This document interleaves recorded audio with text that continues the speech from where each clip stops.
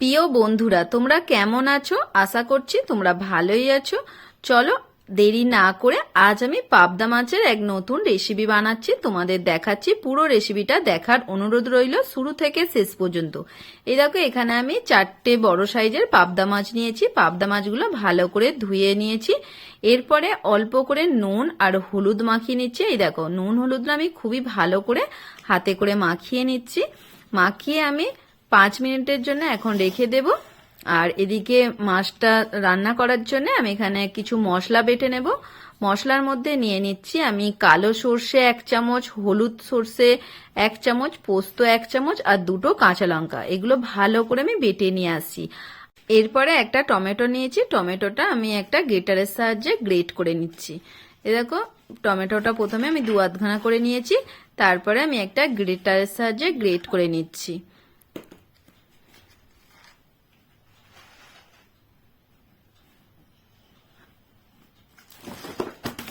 এটা তোমরা মিক্সার জারেও বেটে নিতে পারো, তোমাদের যেটাতে সুবিধা হবে তোমরা সেই রকম ভাবেই টমেটোটা একটু বেটে নিতে হবে।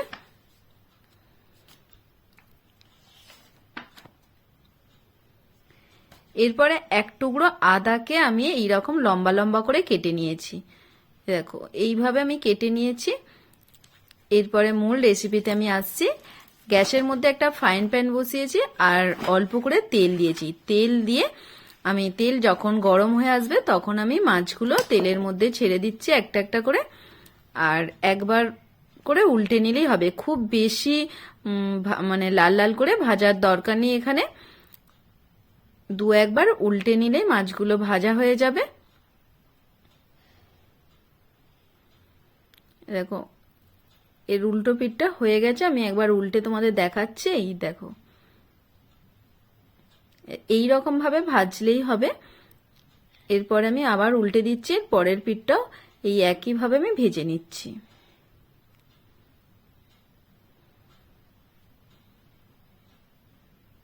এই মাছগুলো খুবই নরম মাছ, তাই আস্তে আস্তে মাছগুলো উল্টাতে হবে। এরকম মাছগুলো আমার ভাজা হয়ে গেছে। এরপর আমি একটা থালার মধ্যে তুলে নিচ্ছি। এই তেলের মধ্যে আমি রান্নাটা বানাবো। এই তেলের মধ্যে আমি একটা শুকনো লঙ্কা আর কালো জিরে ফোড়ন দিয়ে দিচ্ছি। ফোড়ন দেবার পরেই আমি যে আদাটা যে কুচিয়ে রেখেছিলাম এই আদা কুচোটাও দিয়ে দিচ্ছি। কালারটা যাতে সুন্দর আসে তাই আমি এই তেলের মধ্যেই মশলাগুলো দেব। মশলার মধ্যে আমি গুঁড়ো লঙ্কা দিয়ে দিচ্ছি 1 চামচ আর হলুদের গুঁড়ো 1 চামচ দিয়ে দিচ্ছি।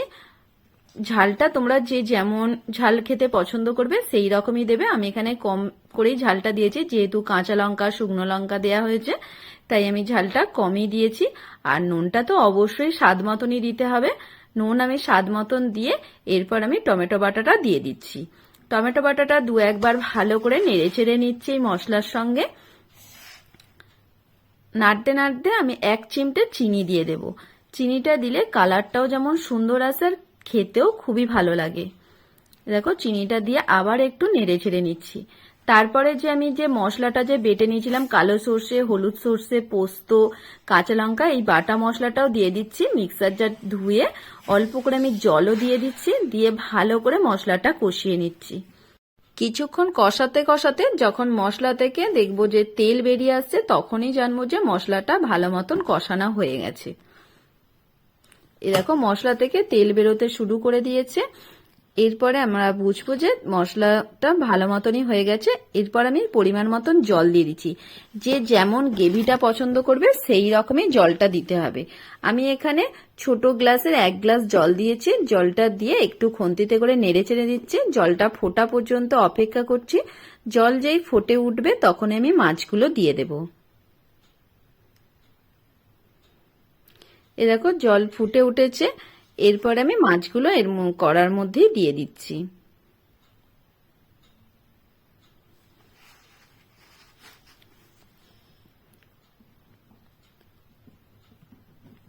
এরকম মশলার মধ্যে মাছগুলো দেবার পরে কিছুক্ষণ পরে আমি আস্তে আস্তে নেড়ে দেব। খুব বেশি মানে খুন্তিটা আমি ব্যবহার করব না, এখানে মাছগুলো ভেঙে যেতে পারে। আমি আস্তে আস্তে শুধু একবার করে উল্টে দিচ্ছি। কিছুক্ষণ পরেই এই দেখো, এইভাবে আস্তে আস্তে উল্টে দিতে হবে।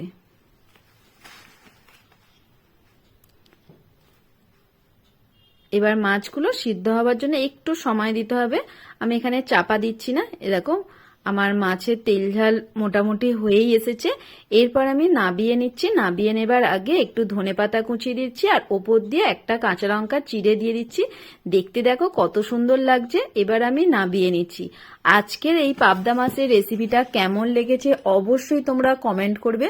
যদি ভালো লাগে লাইক শেয়ার অবশ্যই করবে, আর বাড়িতে এইভাবে একবার পাবদা মাছ খেয়ে দেখবে, খুবই ভালো লাগবে। আমার তো খেতে খুবই ভালো লেগেছে, তোমাদেরও খুবই ভালো লাগবে। গরম ভাতের সঙ্গে